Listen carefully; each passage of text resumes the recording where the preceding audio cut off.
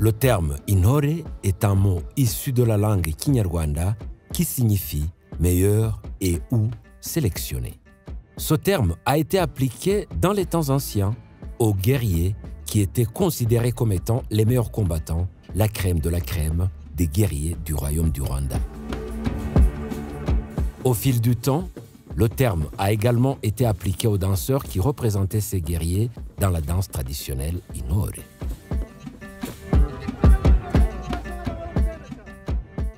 La danse traditionnelle intore est une danse de célébration de la vie, de l'amour et de la victoire, mais de la bravoure également, qui représente la fierté et l'identité du Rwanda par ailleurs.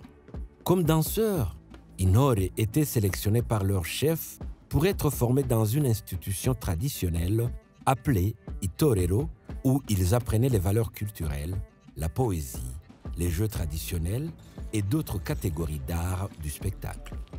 Sous le roi Mutara III Rudahigwa, entre 1931 et 1959, la danse intore s'est affermie, surtout que celui-ci était reconnu comme intore très habile et très réputé. Aujourd'hui, les détenteurs de ce patrimoine se retrouvent dans toutes les strates de la population rwandaise. Itorero kera bigiragamo ibintu byinshi cyane cyane ibintu bijyanye n'urugamba kubera ko no hantu baturanyaga ingabo z'igihugu zavaga mu matorero. Ubu ngubu byarahindutse twabihinduye umukino mwiza, byageze no mu mahanga, intore zagezeyo aho tugeze hose mu marushanwa, ndetse henshi tuba turi abambere n'ibikombe turabitahana.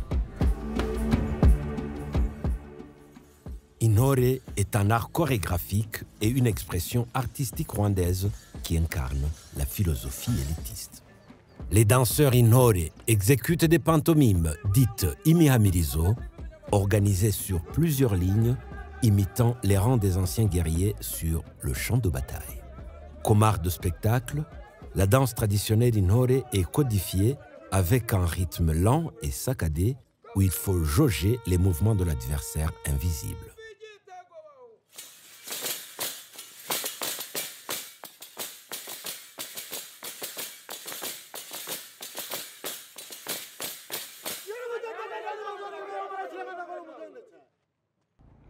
Ubutore rero si uguhamiriza gusa, si no kwiyereka, si no gusa neza, si no mu bitego gusa.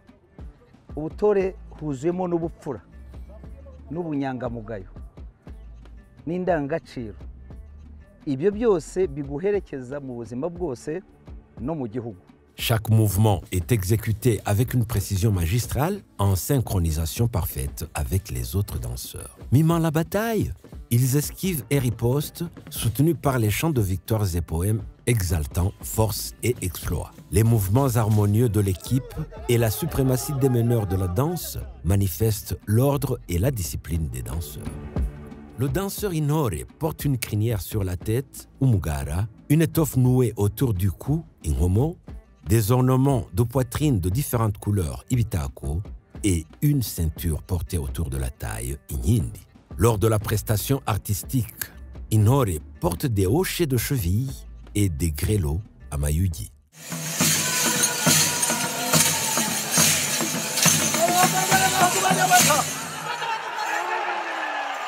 Intore tient une lance, ichumu, dans la main droite et un bouclier, ingabo, dans la main gauche.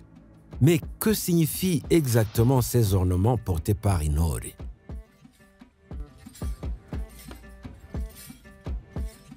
Nk'uko mubibona aya ngaya yitwa mayugi. Aya mayugi kera akaba yaragaragazaga umurindi ndetse n'uburyo ingabo zaje ari nyinshi ziteguye zihagije ziteguriye urugamba. Amayugi agaragaza ibitego by'intore mu rwego rwo kumvikanisha iby'intore zikora zihamiriza. Uyu mwambaro ukaba witwa inkindi. Inkindi akaba ari umwambaro wahabwaga intore zisoje urugerero. Iyo wagusoje umaze kwitoza mu itorero wemeye kuba ingabo, ubyemerewe nibwo wahabwaga uyu mwenda ukaba wemejwe kuba ingabo. Uyu ni umugara. Akaba ari umugara wagaragazaga igitinyiro, ugaragaza igitinyiro cy'intore. imbere y'umugara murabona aka ngaka tukita inkomo. Inkomo ikaba ari ishinzwe gufata uyu mugara kugira ngo isaha n'isaha ibyo wakora byose ube wisanzuye, umugara ukaba utatakara. Mu gituza cyiwe murahabona icyo bita igikubwe. Igikubwe kikaba gifatanya n'ibi bitako mubona bitandukanye impande zombi, bakaba barabikoreshaga mu gufata imyambi mu mutana. Iyo gushyize umutana mu mugongo wawutegeshaga iki gikubwe n'ibi bitako kugira ngo ufate neza ube iyo myambi bitagwa cyangwa se umutana ubutagwa. Hanyuma iri ni icumu ryacuriwe gucungura uryitwaje. Iri cumu ryitwazwaga ku rugamba kugira ngo umuntu wese uryitwaje uwamutera wari wese aba ari ryo yakoresha mu kwirwanaho. Iyi ni ingabo umuhanga yahise intamenwa. Umuntu wese uguteye umwanzi wawe iyo muhanganye niyo ukoresha mu gukuramo ibintu byose umwanzi yaba ari kugutera, ukayikoresha ukinga ukanazibukira.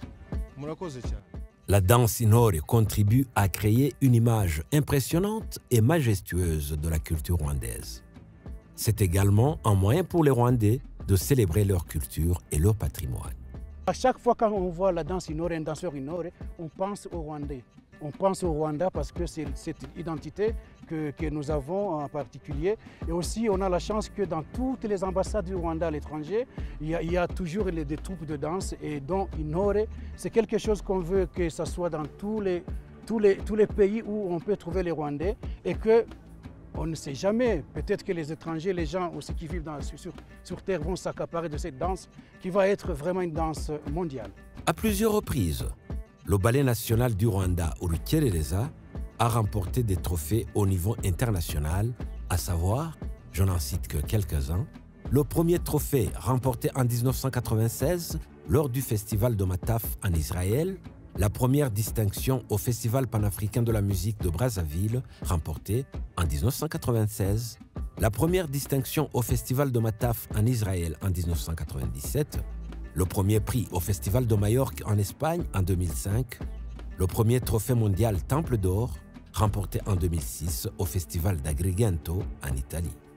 Depuis des temps immémoriaux, la danse Intore et ses valeurs ont constitué la pierre angulaire de la société rwandaise, forgeant l'identité et les traditions de ce peuple fier et résilient.